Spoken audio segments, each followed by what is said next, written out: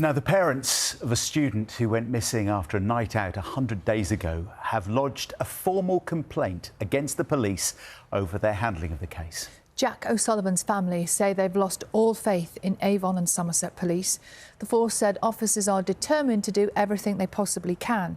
Laura Jones reports. It is hell. It's, daily. It's a challenge to get up and get through the day. Another morning without Jack. We have to somehow keep going and find the strength to get to the bottom of this.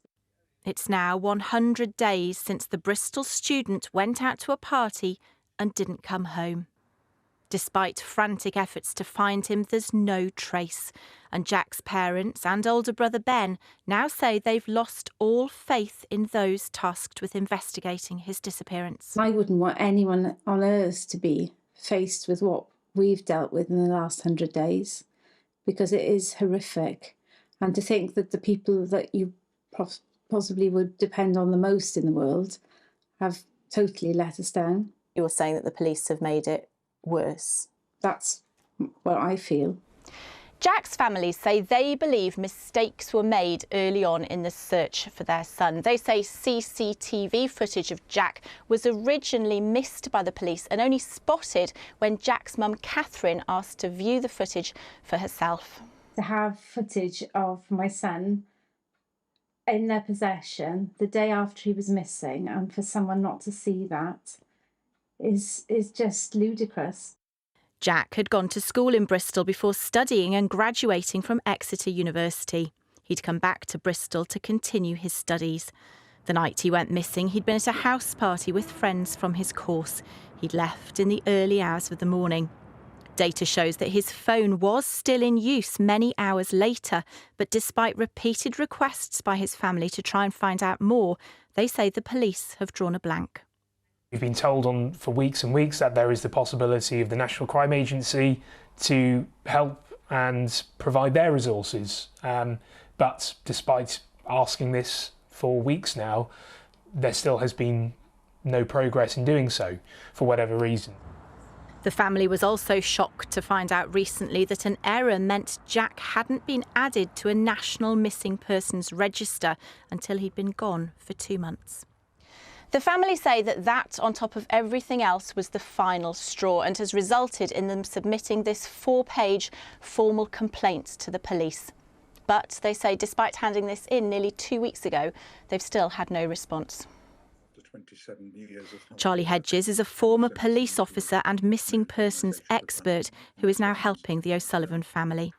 And I'm disappointed that an organisation has been part of my life for most of my life, the police service, and I've always been so pro-police. And for the first time, I feel it's important to support the family in taking forward a formal complaint against the police because of the failures within this organisation, and that is a huge step for me. In a statement, Avon and Somerset Police say the family's complaint has been recorded and will now be thoroughly assessed by a trained investigator.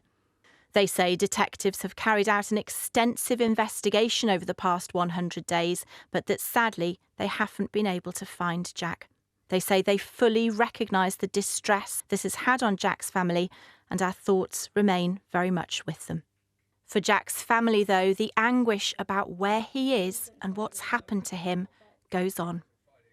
The errors that have cast so much doubt in our mind onto what was done, when it was done, and whether it continues to be done, has caused us untold damage.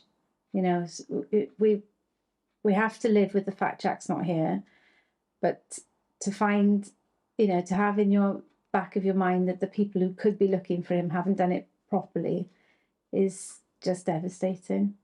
Laura Jones, BBC News in Bristol. Well, we're joined now by Susannah Drury from the charity Missing People. Good morning, Susannah. Thank you for joining us here on Breakfast. You can just sense, hearing them, seeing them, Jack's family just desperate for any information they can possibly get. Can any family, when somebody's missing, get all the information? Are they ever going to be satisfied? Well, we work with families every day, and some families have a really positive experience of the police and feel that everything that can be done to find their missing loved one is being done, and others who feel let down. And clearly, for Jack's family, they feel let down. They feel incredibly frustrated that opportunities might have been missed to find Jack, and my heart really goes out to the family, because 100 days of that anguish of living in that agonizing limbo of not knowing what's happened to Jack and having so many unanswered questions. As his mum said, it's really like a living hell.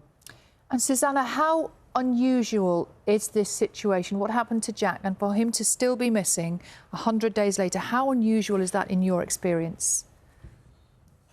Well, we know that less than 1 in 100 people who goes missing is still missing after a month.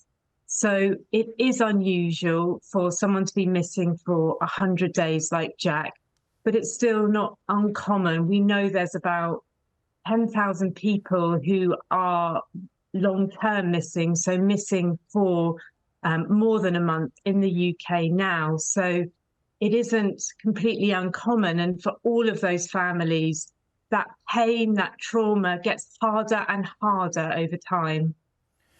Jack's parents there have very specific complaints about the way they think his disappearance has been handled by the police there in Bristol. But more broadly across the country, are there things that other police forces more generally could be doing, either to find people who are missing more quickly, or at least to reassure their families that more is being done?